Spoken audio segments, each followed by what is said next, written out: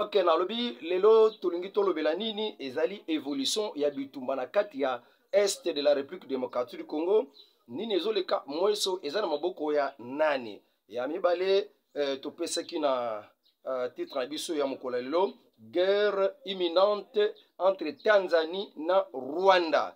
Jean-Pierre Bemba asili kobwaka maloba epai ya Vital Kamerhe, mea culpa ya Jean-Tini Ngobila epai ya Peter Kazadi. Donc lettre de recours ya Jean-Tini Ngobila epai ya Peter Kazadi. Tokokende kosukisa na boloko ya pasteur Kasambakana na papa ya mwana oyo ya mineur oyo baselaki kobalisa baseli kokaba na libala epai ya pasteur Kasambakana o balekisi deja butu na bango moko na kati ya prison ya Makala. Nde tobandi masolo na biso mokolo lelo toyebi que mweso ezalaki sujet ya affrontement entre M23 na Wazalendo FARDC. Kuna na kati ya Masisi guerre ezalaki total. Mboka wana ezalaki contrôlé na ba M23, mais depuis le mercredi ezalaki na maboko ya ba FARDC. Mwangonga muke baye kosala repli stratégique na mboka ya pembeni. Et après bitumba na mokolo lobi jeudi ezalaki intense. Na bitumba wana ndenge ezalaki intense ba M23 pona ko justifier faiblesse na bango, incapacité na bango ya kokoba ko régner sur mboka wana ya mweso, bango yambote babima basili ko bwaka bombe na côté ya population civile bisika ba ko bomba melaka pona kokima bitumba.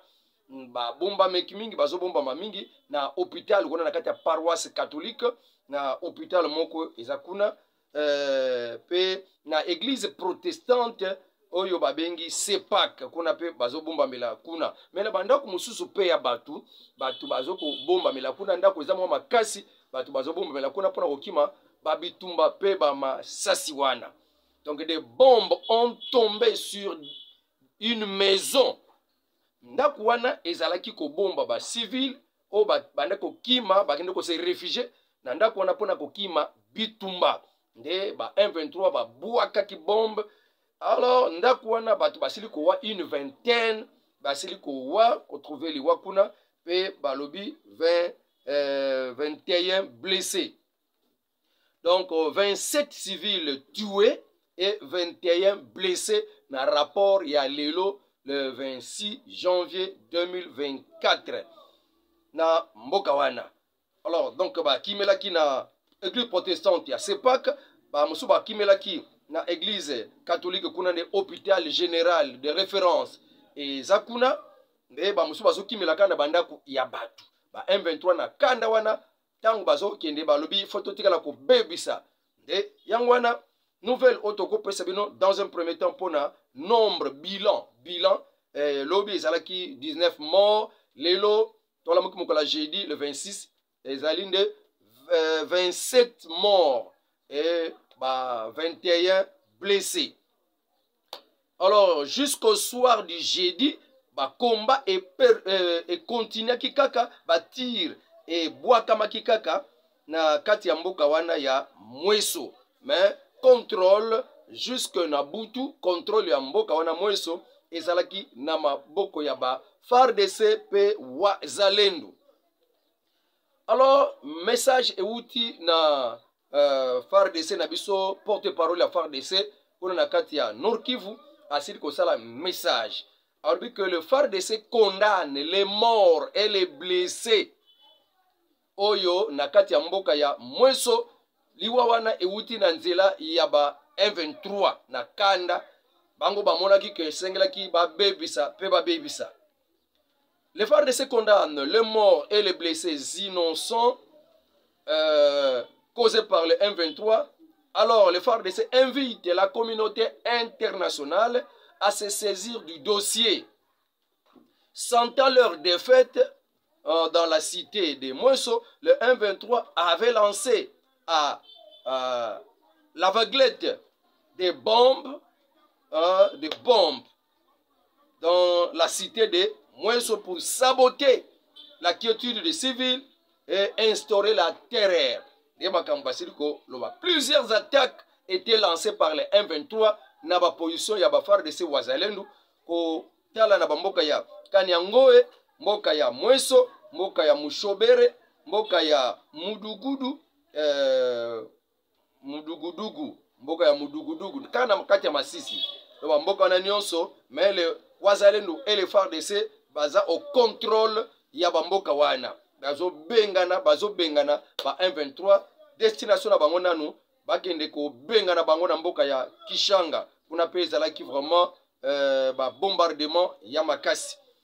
Alors pour na kate bitumba wana eloko moko ya kokamwa bakena kokanga ba mercenaires ya ba américain. Donc mindele bazo bunda au côté ya ba M23 ya kokamwa et bazana nationalité nini américaine. Or que Amérique yende mutazo ko bima lokola médiateur pour koluka des escalades ya bitumba ya ba tension entre Rwanda pena République démocratique du Congo pour na bakita ba tension na bango kolinga ko imposer kabiso ba cesser le feu kolinga ko trouver ko yebisa kabiso ba tokende kana méthode diplomatique na ba méthode pacifique tout ça mais ba e komona ke na kate bitumba yango ba ke kozwa en otage na ba Rwandais belé na ba deux américains mokwaza muta Texas mokwaza muta Arizona. Qu'est-ce que ba américain wana ba kesala na kate bitumba aux côtés de M23? C'est pour vous dire que les Américains ne sont jamais derrière la République démocratique du Congo. Les Américains si ba pesa déjà position na bango sont toujours derrière le Rwanda. Nani a forma Kagame tango azalaka na kate ya service ya renseignement ya Uganda. Nani a forma Museveni po akende kosala pe azwa pe bokonti na kate ya Uganda. Ce sont les Américains bango bati basale que baya kozwa bokonti na kate ya Rwanda batia donc bitumba guerre civile de 90 à 94 et wana ba forma penza Kagame pona mosala na ti baya kozwa pouvoir. Et na kati ya charte na bango impérialiste jamais kotikala ko changer diviser pour mieux régner. Et un président en Afrique ce kauti na ba makoki na bango te mitu na bango te pona bango ba ko déclarer et donc dictateur illégitime. Et il faut balongola mutu na ye. Ils doivent nous imposer mboka moko te Afrika et kobenga ma souverain tona bango. Est-ce que ça peut changer? Et ça na kati ba charte des impérialistes na bango. Soko betika na kati ya Google. Ok no kukuta biloko wana. Et olo ba que non américain aime la République démocratique du Congo. Jamais. Ils ne seront jamais et jamais. Et MONUSCO et tiama pona ko sungaka Amerika akokisaka makamone selon charte ya ba impérialiste. Donc jamais kalamingi te toyokaki que une grande délégation américaine ekitaki na kati ya mboka ya Rwanda na avion militaire bakende kosala nini bakendeki pona kobongisa makambo na bango lolenge nini bakoki ko mema bitumba pona ko récupérer mabele ya République démocratique du Congo. Yangwana tozomona bilembo bamindele bakangami na kati ya ba côté ya ba M23 yala kola mundele oyo américain ya kosakana te américain oyo azwa maki la kisabino mususu moko oto la kisi wana kuna bango yeyo bango mibale ce sont des américains basili kozwama na kati ya bitumba bakangi bango. Alors nde batu basengi penza ke batu oyo ndenge bazwami boye il faut ba mema bango balakisa bango na ba télévision et balakisa position ya Amerika lelo. Délégation américaine oyo kendeki na avion militaire kuna kati ya Rwanda batikaki kuna na kati ya Rwanda ba munition ba biloko nyonso esengeli ya bitumba pona ba arme sophistiquée moderne batikaki na kati ya Rwanda pona ko armer ba M23 babundisa ba wazalendo pe ba FARDC. Et yakokamwa présence des mercenaires des États-Unis aux côtés de M23, ça choque et ça prouve que les États-Unis baza sima ya Rwanda et jusqu'aujourd'hui les États-Unis soutiennent le Rwanda. Bakoya kaka na mwa maloba ya ko calmer batu, non, calmez-vous, toke na nzela diplomatie. Et pourtant que ba Rwandais bazana mabele na biso, mais toke na bango na nzela diplomatie. Bazo ko imposer biso ba cesser le feu. Les ennemis dans notre pays, cesser le feu de quoi? Donc biloko wana izo ko prouver réellement que ce que l'Amérique fait eza penza Rwanda mutu azoko sala que Moka Congo et Nyokwama. Le problème du Congo, de la sous-région, est Jean de Kagame, commandité par les Américains. D'après l'histoire, si vous avez dit histoire, il génocide et na kata Rwanda, il changement de régime, il boma président wana Biarimana na kata avion, il Uganda, président Museveni, à côté de la kata Uganda, et beaucoup de ce sont toujours les Américains. Batia Mobutu, peut pas Mobutu, pour remplacer Nani. Laurent Désiré Kabila, mais Azaï Kaka, la couverture, mais yebaki na simanango, c'est le Rwanda, fongola biso couloir, pona ko kote la biso, intera moins,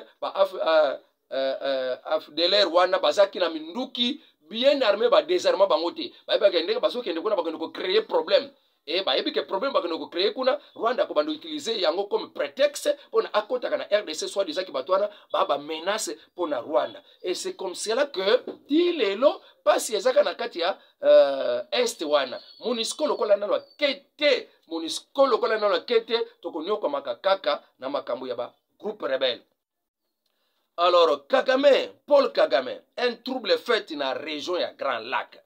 La RDC, to funda kaka Rwanda, peut-être ye ayaka kokota ba M23 na ye, bazana ba territoire na biso les Rwandais sont sur le sol congolais. Yango tozo funda ye na ba instance nyonso international peu partout. Mais Burundi pe mikolo akomi ko funda pe Rwanda parce que yende azoko héberger peut ko soutenir ba rebelle burundais Red Tabara. Bazana kati ya mabele ya RDC même utazoko alimenter bango Rwanda azoko héberger bango ezande pe bazuta kape Rwanda bakote mabele ya RDC ya fois bakesa le désordre na kati ya Burundi pe akomi ko accuser malgré la confirmation ya ba expert ya Nations Unies que ba Rwandais bazana kati ya mabele ya Congo na nzela ya M23 mais les États-Unis la communauté internationale basalaka eloko te bazwana no mesure ata moko te Conseil de sécurité rien parce que les grandes puissances bangonde bazasima ya eloko oyo ya pasi ya Congo mais ya kokama pe Tanzanie mikolo pe azu décision parce que ya komi comme on appelle Rwanda a komi kolinga pe kokende ko ronger.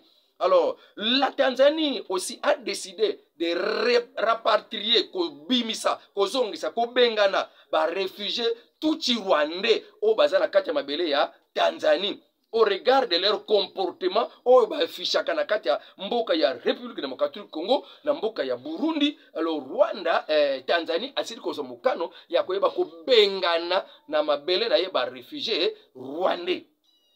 Kotala lolenge de ba se comportaka na RDC ba se comportaka na Burundi ye amoni que non batoyo faut ba kende parce que belé déjà ya ba réfugié wana ba mikomisi déjà ba Tanzanien ba mikomisi déjà bato ba mboka wana. Alors kobanga ya Tanzanie elbe non faut ba bima mais esukite eloko moko eza na cessé otoke ko kundola nzoka armée rwandaise eza déployée na Mozambique pour libérer espace ya Mozambique na ba terroriste o bazoko nyokola bango kuna bango kokoma kuna na kati ya nord ya Mozambique na province ya Cabo Delgado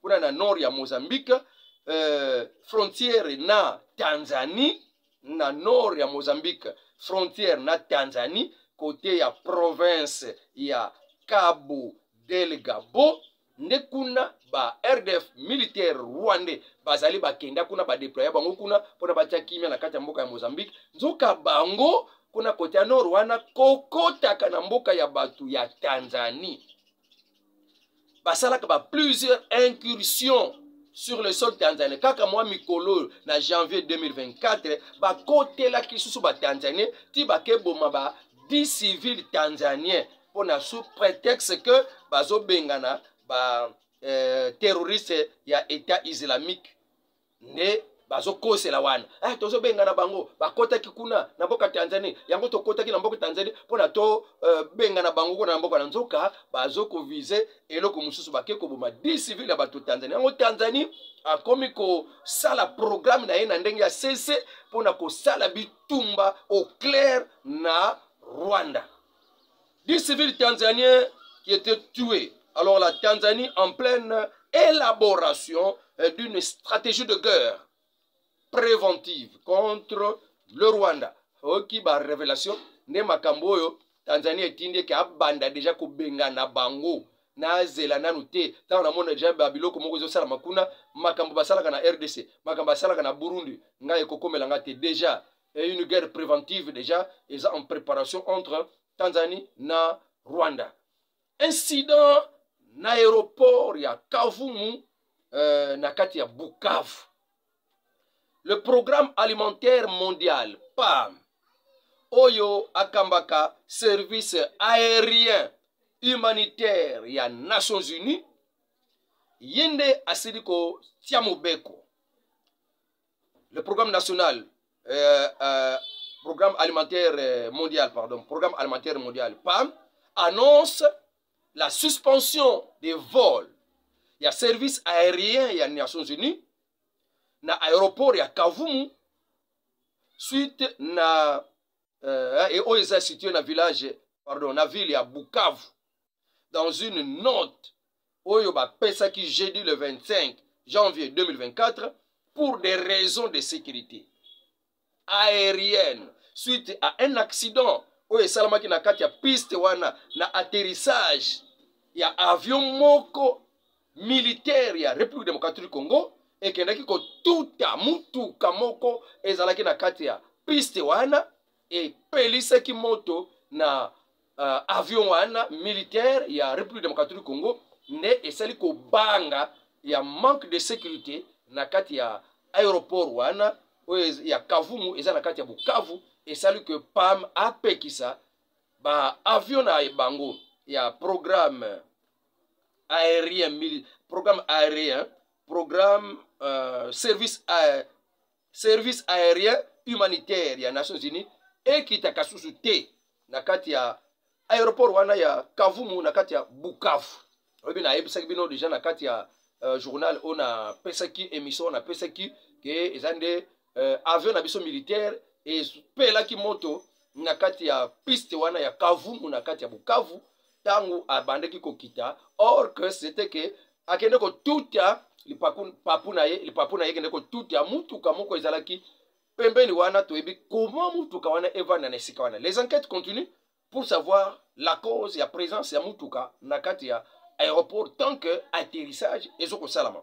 Alors merci beaucoup pour na esika wana boy bana ko s'abonner boy na ko s'abonner botia vraiment ba j'aime bo aimer émission, c'est très important bo tia ba commentaire na ba sujet otozolobela botia ba commentaire. Et puis, Bokabola, émission. J'ai aimé hier, vous avez vraiment partagé l'émission. Je vous aime beaucoup. Bisous à vous tous. Merci, que Dieu vous bénisse. Jean-Pierre Bemba, Nanzela ya cadre na bango moko ya parti, moko ya membre fondateur ya MLC, oyo azala kombo ya Francis Mabanza, ne asiliko beta main libre et pas ya Kameri. Le parti MLC dénonce un chantage et une rébellion au sein de l'Union sacrée. Suite, il y a création, il y a pacte pour le Congo retrouvé, PCR, il y a Vital Kamerhe au sein de l'Union sacrée. En tout cas, Papa Yalobi, MLC Mobimba Yalobi, c'est incompréhensible de créer une majorité dans une majorité incompréhensible, inadmissible, inacceptable. C'est de la rébellion dans l'Union sacrée. Un désordre dans une organisation comme l'Union sacrée pour la nation, créée par le président de la République, Félix Tshisekedi Tshilombo. L'Union sacrée pour la nation a démontré ses preuves lors des élections du 20 décembre 2023. A gagné l'élection. Union sacrée, nous sommes dans une plateforme, tolongisa mokonzi na biso, et on a fait ça. Et la majorité est là. Tout le monde connaît que l'Union sacrée a raflé la majorité des députés. Quelle majorité encore que vous cherchez? D'après les questions que le MLC se pose. Alors non, c'est un désordre. L'Union sacrée a montré que l'accès qui déjà preuve naie, réussite naie na l'élection 20 décembre. Je suis sidéré, choqué, traumatisé de voir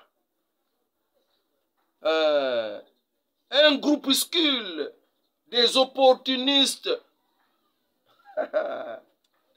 anarchiques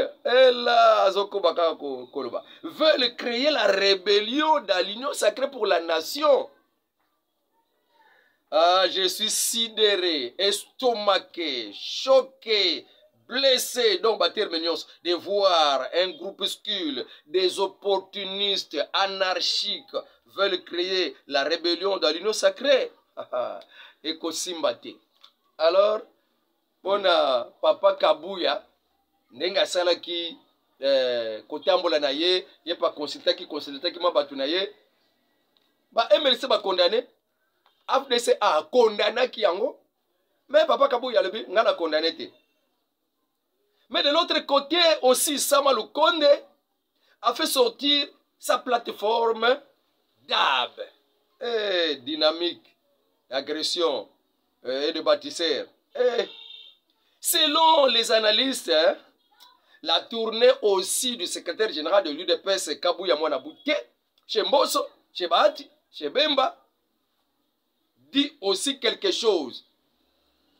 Et ça va dans le sens d'une formation, d'une création, aussi d'une plateforme pour toujours la conquête des postes.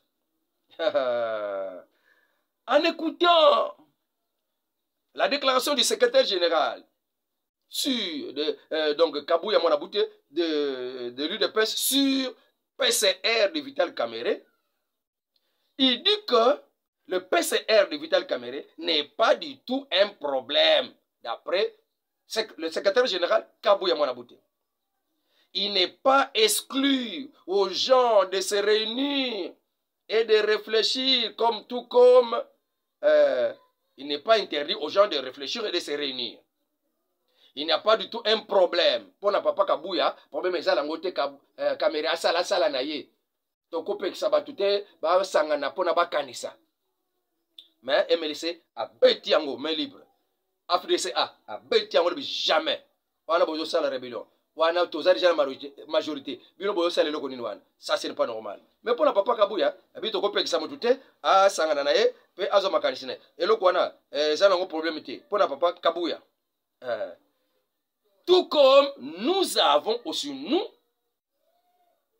réfléchi. Nous pouvons, nous prônons la démocratie. Ils sont libres d'avoir des ambitions.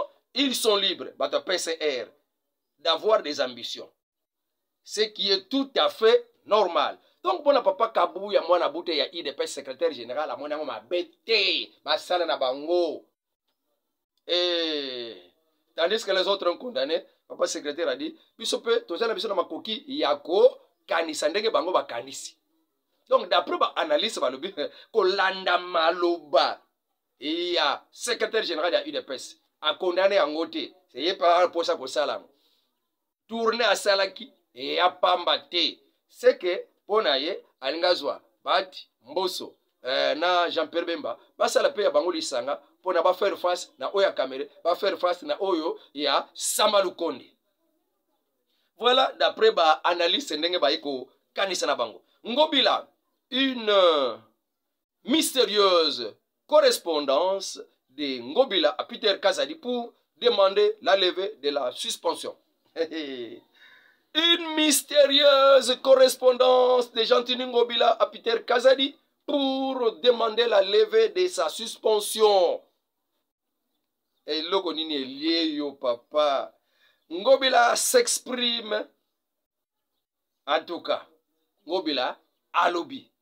Aluki ba moyenyo se makasi am se maintenir akoki kaka te mokolo azaka mokolo avandi je koko azosala deja mosala azwi deja mituka kolongolaka bainimondise bafulu wana na bangaliema antuka bato baza deja kosepela mpona propriété papa je koko remplaça ya ngobila azosalisa misala oyo ngobila asalisaki te yango papa je koko deja aza na vraie réputation ya malamu misala azosalisa oyo ngobila asalisaki te donc ana makoki azomérite sikoyo d'après population avanda wana mais ngobila esali epasi bisika azaleli te nasala mwa lettre de recours epai ya Peter Kazadi alors asexplike ngai nayiba nanga te nasala nanga vandalisme te nazalaka nanga na dev na ndako te machine a voter na ndako nanga ezalaka te seni akoseli nga makambo ana keto mpo na ngai bato ebele bafundaka nga kaka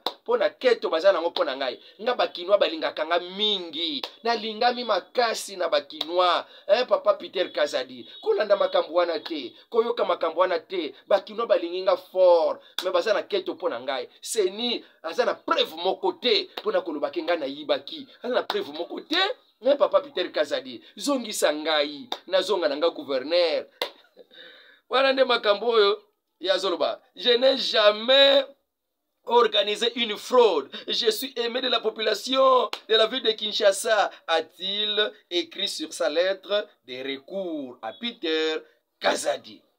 Excellence, je me bats avec des personnes qui ne m'aiment pas et qui n'aiment pas le développement de la ville de Kinshasa.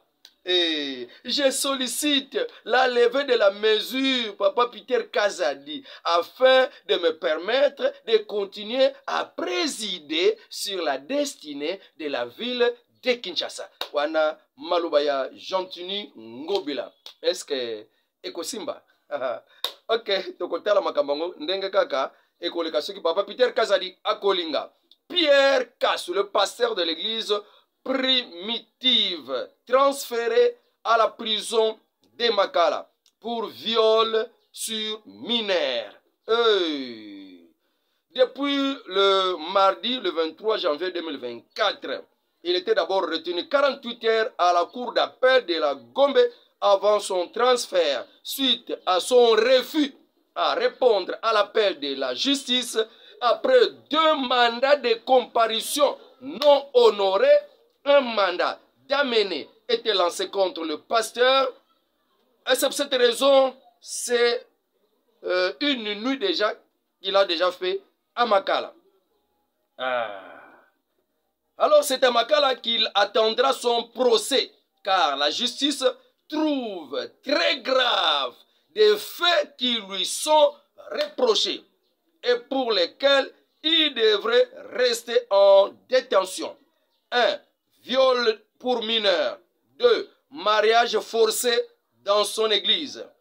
Et même le père de la fille est aussi à Makala pour usage de faux proxénétisme. Ok. Proxénétisme balobi. Papa ngope yepe na Makala pona proxénétisme. Usage de faux. Et mon papa lobi ki mwana na ye azalaki na 18 ans d'après témoignage oyo toyokaki epa ya ba boti na ye. Balobaki que mwana ngo ane de na abotama na 2000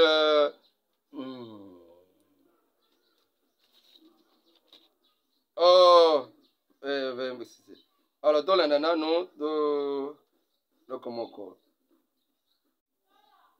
Ok, suivons un peu la chose. Vous avez compris comment l'histoire est en train de se passer? Le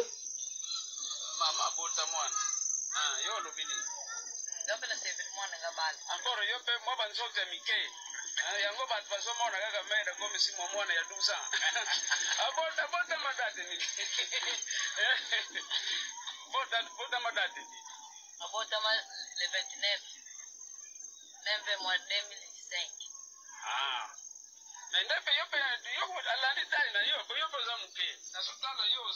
D'après le témoignage de la maman, 9e mois 2005.